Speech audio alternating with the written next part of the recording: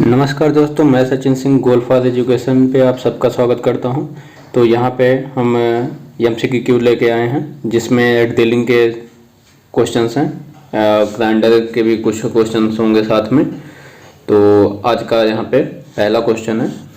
तो यहां पे ये डाई का फिगर दिया गया है। तो इस फिगर को आपको देख के ये बताना है कि ये किस टाइप की डाई है आपकी। तो यहाँ पे आपको चार ऑप्शन है: split die, half die, solid die या फिर एडजस्टेबल स्क्रू प्लेट डाई। तो अगर आप जो है इस फिगर को यहाँ पे ध्यान से देखेंगे तो यहाँ से आपको पता चल जाएगा कि ये किस टाइप की आपकी डाई होगी। तो इसमें जो आपका आंसर सही होगा वो दूसरा सही हो जाएगा। ये आपकी कौन सी डाई है? Half die. उसके बाद आपका नेक्स्ट क्वेश्चन है: किस प्रकार की चूड़ी के रूट और क्रेस्ट अर्धवृत्त बनाते हैं? यानी अर्धवृत्ताकार जो है बनाता हो, रूट और क्रेस्ट मिलकर लगभग इस तरीके से। तो ये इस टाइप की चूड़ी आपकी कौन सी होती है? ये आपकी यहाँ पे होती है नकल थ्रेड जो होती है वो आपकी लगभग कैसी होती है? अर्धवृत्ताकार होती है। यानी उसकी बनावट कुछ इस तरीके से होती है आपकी नकल थ्रेड की। ठीक, तो यहाँ पे आप कौन सा ऑप्शन आपका सही हो जाएगा? सी ऑप्शन आपका सही हो जाएगा, नकल थ्रेड। उसके बाद अगला क्वेश्चन है: ग्राइंडिंग व्हील जो है यहाँ पे उसका स्पेसिफिकेशन दिया गया है 41 से 46 एच और 5U8। तो इसमें आपको पूछ रहा है कि ये जो यहाँ पे 5 दिया है एच और यू के बीच में, ये 5 यहाँ पे क्या मेंशन कर रहा है? चार ऑप्शन है आपके पास: बॉन्ड, एब्रेसिव, स्ट्रक्चर या फिर ग्रेन का साइज। तो जो यहाँ पे आपका ये 5 यहाँ पे दिखा रहा है वो आपका मेंशन कर रहा है आपके संरचना, यानी वो आपका ग्राइंडिंग व्हील का जो स्ट्रक्चर है वो किस तरीके का है, ओपन है, डेंस है, किस टाइप का है, उसके बारे में यहाँ पे मेंशन किया जा रहा है कि ये आपका ओपन स्ट्रक्चर है या फिर डेंस स्ट्रक्चर है। उसके बाद अगला क्वेश्चन है: ड्रेसिंग कास्टिंग के लिए ढलाई में किस प्रकार के बॉन्डेड पहिए का यूज किया जाता है? यानी आपका जो व्हील है, ग्राइंडिंग व्हील, अगर उससे आपको क्या करना है, ड्रेसिंग कास्टिंग के लिए ढलाई जो है करनी है, तो वहाँ पे किस टाइप का बॉन्ड आप यूज करेंगे उस व्हील में? तो आपके चार ऑप्शन है यहाँ पे: सिलिकेट बॉन्ड, सिलिक बॉन्ड और आपका रबर बॉन्ड या फिर रेजिनोइज जो है बॉन्ड। तो वहाँ पे यूज किया जाता है हमेशा रेजिनोइज बॉन्ड, यानी डी आपका सही हो जाएगा।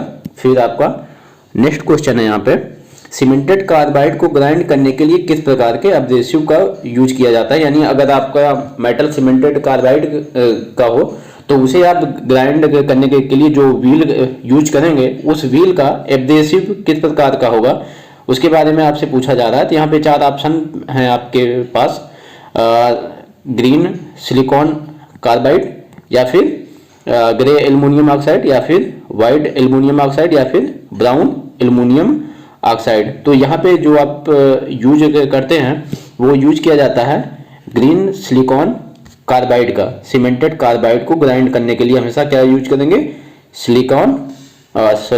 ग्रीन सिलिकॉन कार्बाइड, यानी ऑप्शन ये आपका यहाँ पे सही होगा। फिर नेक्स्ट क्वेश्चन है यहाँ पे: एक माइक्रोमीटर के एक वर्नियर डिवीजन का मान। तो ये लगभग ये समझ लीजिए कि एक वर्नियर माइक्रोमीटर के एक वर्नियर डिवीजन का मान, मतलब ये एक तरीके से उस वर्नियर माइक्रोमीटर का लिस्ट काउंट पूछ रहा है। तो वर्नियर माइक्रोमीटर के का लगभग लिस्ट काउंट क्या होगा? वो आपका हो जाएगा 0.001 mm। ये यहाँ पे लगभग एक गलत दिया गया है 0.009, तो ये यहाँ पे 0.001 हो जाएगा, यानी ऑप्शन सी आपका यहाँ पे सही होगा, 0.001 होगा वहाँ पे करेक्ट। और आपका को पता ही होगा माइक्रोमीटर की लिस्ट काउंट कितनी होती है? वो 0.01 होती है। और वर्नियर अगर लग जाएगा तो उसमें जो है यानी 10 भाग और उसके बढ़ जाते हैं, तो वहाँ पे फिर आपका कितना हो जाएगा? 0.001 mm। फिर आपका नेक्स्ट यहाँ पे क्वेश्चन है, टेलीस्कोपिक गेज में यक्स के रूप में चिन्हित भाग का नाम बताना है। यहाँ पे ये टेलीस्कोपिक का आपको गेज दी गई है और यहाँ पे ये यक्स के द्वारा ये मेंशन किया गया है। इस पार्ट का आपको नाम बताना है कि ये हैंडल है, फिक्स लेग है, या फिर आपका प्लंजर लॉक है, या फिर टेलीस्कोपिक लेग है। तो जो आपका यहाँ पे ऑप्शन सही होगा वो आपका सही हो जाएगा सी। ये आपका क्या है, ये आपका प्लंजर लॉक है। हैंडल आपका यहाँ से लगेगा और आपका जो टेलीस्कोपिक लेग होता है वो आपका ये है और ये आपका फिक्स लेग है। उसके बाद नेक्स्ट क्वेश्चन है, टूटे हुए स्टड को निकालने की विधि, यानी ये इस फिगर को आपको जो है देख के बताना कि ये स्टड इसमें टूटा हुआ है और इस जो टूल के द्वारा निकाला जा रहा है ये कौन सा ऑपरेशन जो है मेथड है यहाँ पे।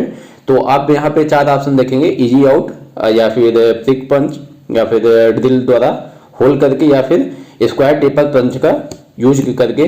तो ये इसको आप जो है बोल सकते हैं ये आपका क्या होता है, ये आपका इजी आउट मेथड होता है जिसके द्वारा ये स्टड निकाला जा रहा है।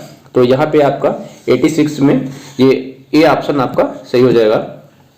इसके बाद अगला क्वेश्चन आप यहाँ पे देखिए, अगला क्वेश्चन है आपका, मशीन टूल के लिए ग्रे कास्ट आयरन का व्यापक रूप से उपयोग किया जाता है। यानी मशीन टूल के लिए क्या होता है, ग्रे कास्ट आयरन ज़्यादा यूज किया जाता है। ये जो है ऐसा क्यों किया जाता है उसके बारे में पूछ रहा है कि ज़्यादातर machine tool grey cast iron के ही क्यों यूज किए जाते हैं।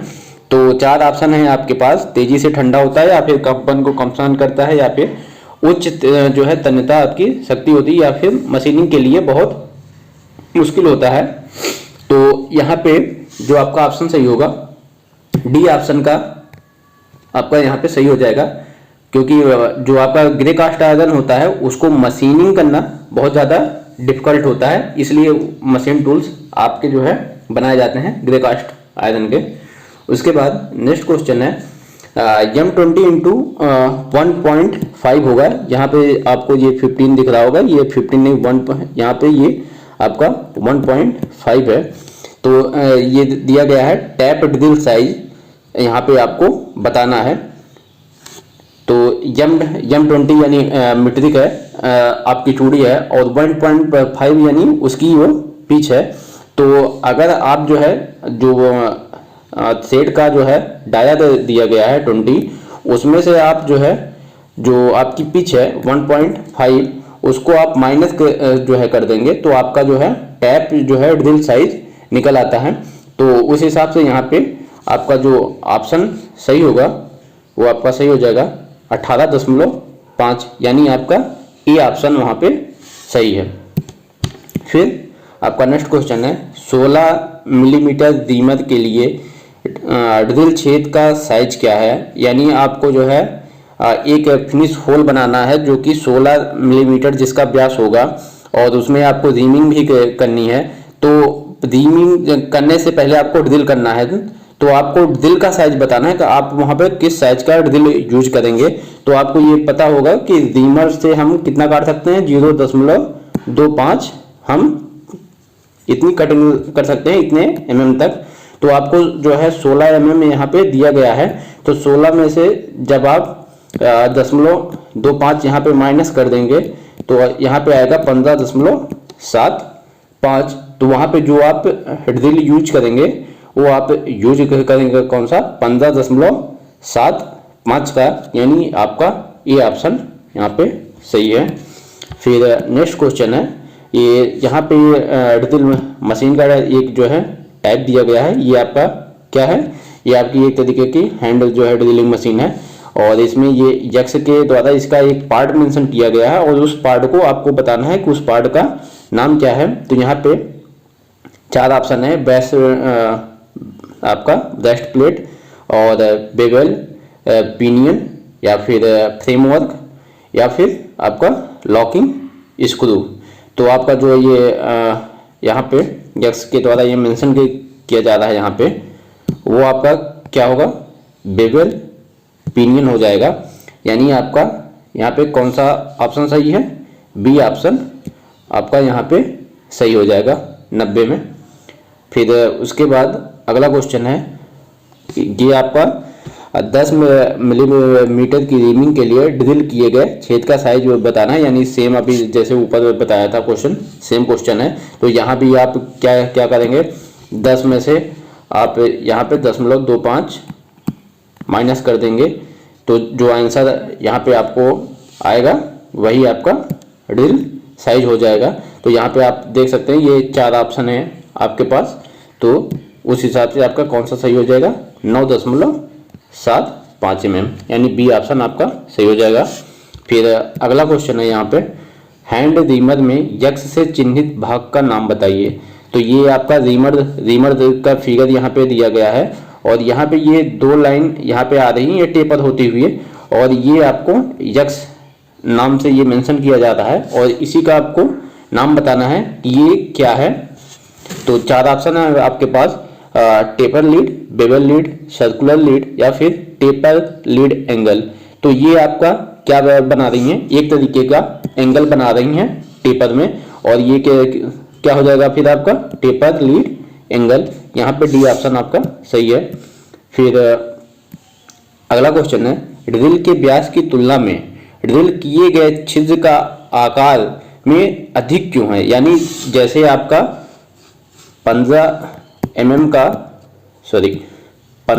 का मान लीजिए आपका ड्रिल का व्यास है, लेकिन जो आपका जो होल आपने बनाया उस जो है ड्रिल से, वो आपका बना के कितने का, उससे ज़्यादा साइज का बना है, ओवर साइज का। तो ऐसा जो है तभी होता है जब आपका क्या उसमें खराब हो, कटिंग एज का जो लंबाई है वो कैसी हो, असमान हो। जब आपकी कटिंग एज की जो लंबाई है अगर वो असमान होगी तो हमेशा जो है आपका जो साइज बनेगा होल का वो ओवर साइज का बनेगा, यानी यहाँ पे आपका डी ऑप्शन सही हो जाएगा। फिर आज का ये आखिरी क्वेश्चन है, शेडिंग के लिए ड्रिल किए गए छेद के अंत में चैम्फरिंग के लिए काउंटर सिंकिंग कोड क्या होता है। तो जो लास्ट में ये किया जाता है, ड्रिल के होल के एकदम लास्ट में चैम्फरिंग किया जाता है, तो वहाँ पे काउंटर सिंकिंग जो कोण रखा जाता है ना, वो हमेशा 120 डिग्री का रखा जाता है, यानी आपका डी ऑप्शन यहाँ पे सही हो जाएगा। तो इसी के साथ यहाँ पे ये पार्ट आज का समाप्त होता है। नमस्कार, धन्यवाद।